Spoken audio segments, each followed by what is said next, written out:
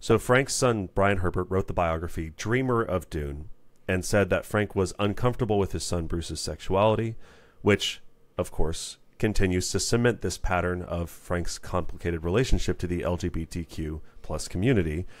And I wanted to bring up this quote from Dreamer of Dune that Brian Herbert wrote.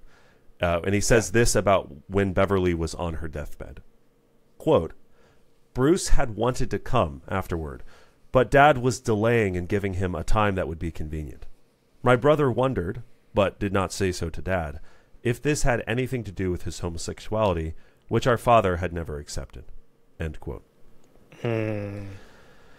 Which, yeah, that's rough. It's sad. The idea of that is sad. Bruce not feeling welcome in the family, even just after losing Beverly, is really brutal to think about. I have always been perhaps unnecessarily skeptical of Brian's perspective on anything, because I've read Brian's books and I don't like Brian. I just don't like him as a person. The kind of person who writes the books that Brian writes, I don't like him. So I take a lot of what Ryan writes with a grain of salt. Maybe I needn't.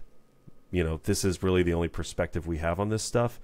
But I know that with someone like Frank Herbert, and when you are literally writing your way into a career based on your father's works, and your father being a complicated man that maybe you are also not seeing eye to eye with on certain things, I just take a grain of salt with all of this. I think there's a lot of myth-making when it comes to people, especially after they're dead and gone. There's a lot of myth-making that happens. So, I don't know.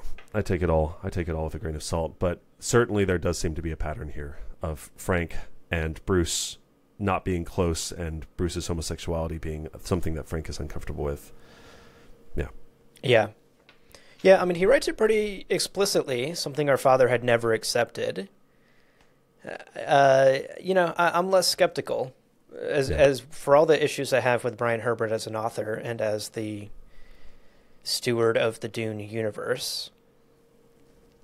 This is pretty. I'm going to choose to take Brian at his word here. Like sure. he wrote this about his brother. Yeah. He wrote this about his dad, and. I don't know. I guess my feeling is, like, if we're not going to trust a primary source from the man who lived with and was raised by Frank Herbert, I'm not sure what other sources we're supposed to rely on, especially when you couple that with this UCLA speech that we're dissecting today.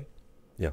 When you couple that with Frank's writings in God Emperor, in Heretics Chapter House, like when you tie all of those things together, it is clear to me that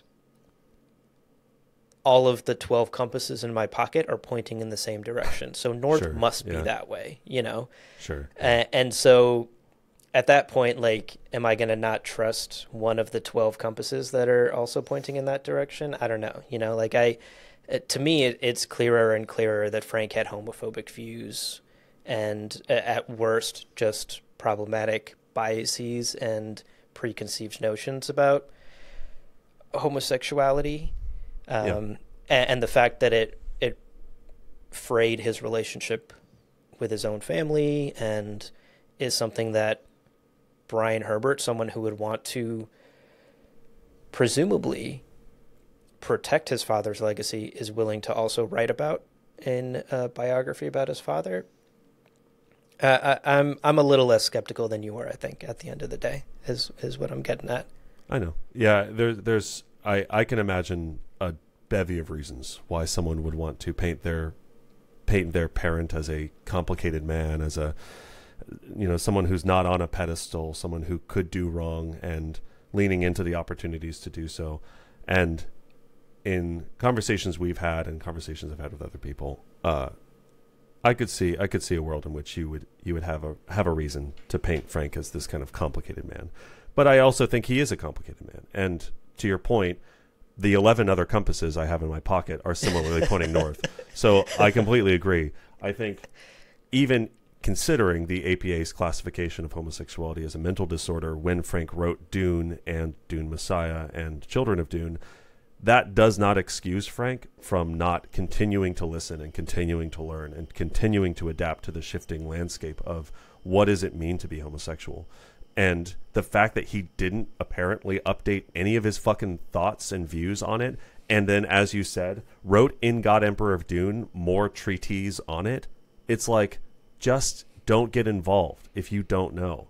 This is also part of why I'm like, I don't know that no one is demanding that we come up with a verdict of what we ultimately think Frank is or isn't guilty of. This is our choice to kind of talk about and speculate and all these things. Yeah. So at the end of the day, I don't know. We will never know for sure what exactly Frank thought about these things.